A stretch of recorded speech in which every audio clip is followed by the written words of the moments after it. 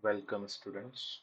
Uh, this is the part two of chapter machine. So, in the last chapters, uh, we studied about the functions of machines, how they can be used in a day-to-day life, and what are the basic functions that help us to do our work in an efficient way or easy manner. So last time we had also studied about the principle of machines. So what is the principles of machine? So basically, if we talk of an ideal machine where there is no energy loss, and by no energy loss, I mean that the parts of the machines are weightless. There are no frictions in the parts between the parts of machine, and also those parts are perfectly rigid. So such machines are called ideal machines. So in case of ideal machines, whatever the input power you are, whatever the input energy you are giving to machines, the output work should be equal to that. So we say that the efficiency of machine is 100%. So for an ideal machine, the principle of machine says whatever input energy you are giving, the same amount of output work it should produce. And if we take example of, so there is no ideal machine that exists. Uh, there are actual machines. So actual machines are where there is some loss of energy in the form of heat, light, or friction.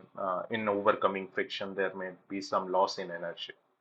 So in that case, whatever the output work we are getting out of machines will always be less than your input energy. Got my point?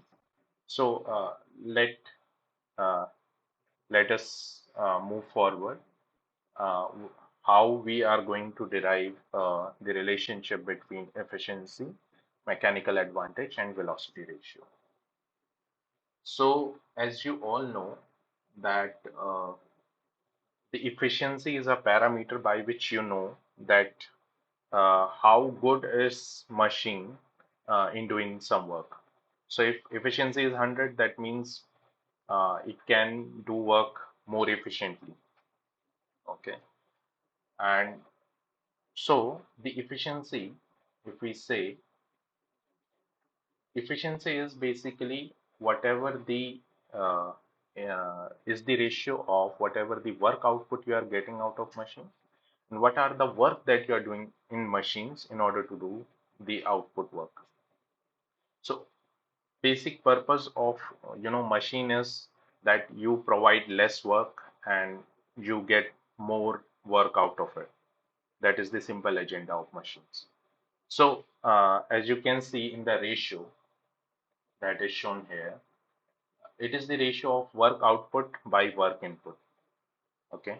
So the output work has to be, greater, always greater, because that is the whole purpose of machine.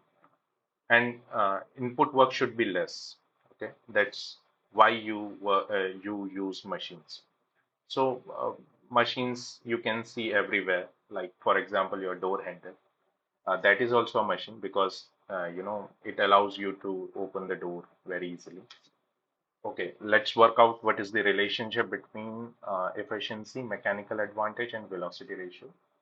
So, for example, in general, what is the formula for work? So, work is equal to uh, you know um, any force and multiplied by displacement. So, this is the very straightforward formula for work. And when we say work output, so what is the work that is done on the load? So in that case, uh, when we are showing work output, so that is the work that is done on a load. So load is your force here. So when we say work output, so what is your force? Your force is load. And what is your displacement? So displacement is how much your load has displaced. Okay. So we often, note denote it with DE, sorry, DL. Okay, and similarly for work input. So in work input, what you how you do work on machine, you apply an effort and your machine works. Okay, so that is your work input. So work input is your effort into displacement in effort. So I want to make it clear that whatever the displacement we are seeing, we are talking of the point.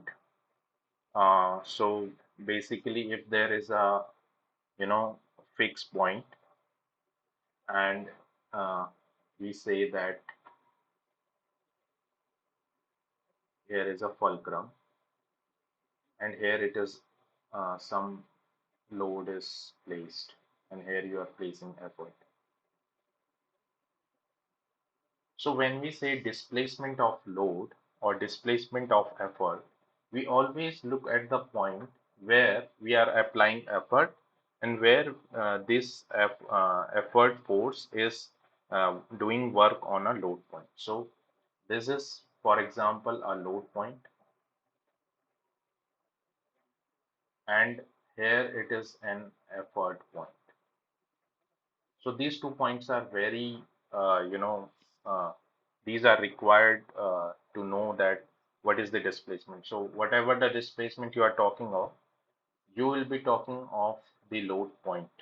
So where it is getting displaced, it might be the load point may get displaced up to here. Okay, so this is your displacement dl, and similarly effort is coming down. So this is your dE. So whatever the distance your load point is making, that is your displacement of load, and whatever the displacement your load is doing, effort is doing, that is your displacement of effort.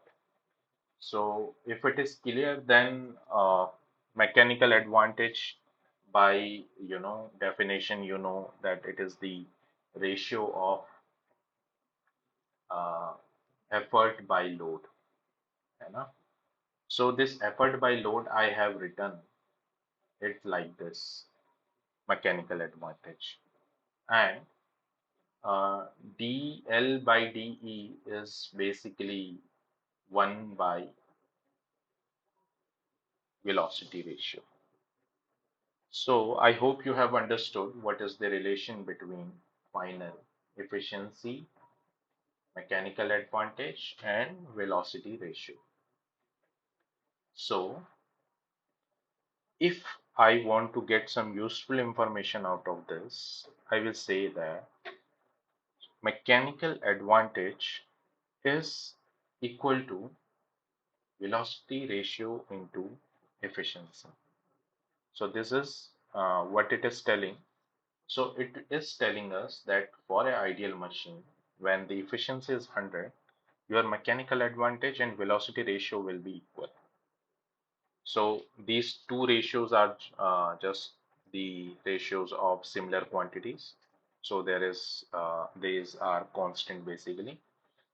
So if you want to, for example, if the question is asked that you are given a mechanical advantage, or you are given some velocity ratio, and he said that this is the case for an ideal machine, then you will evidently know what is the mechanical advantage.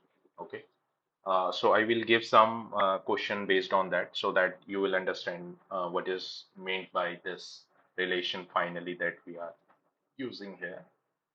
Sorry. And let's go further and see what are the different kinds of simple machines we know. So there are basically two kind of simple machines. One is lever and another is an inclined plane. And levers are further classified into pulley, gear, and wheel and axle. And inclined plane is of two types. So inclined plane is composed of wedge and screws. Okay, and so I will uh, take your leave for today, and we will discuss about these levers in next lectures. And I hope you enjoyed this lecture. And if you have any question, please give me a comment or leave any question in your comment, and I will surely reply to you. Thank you.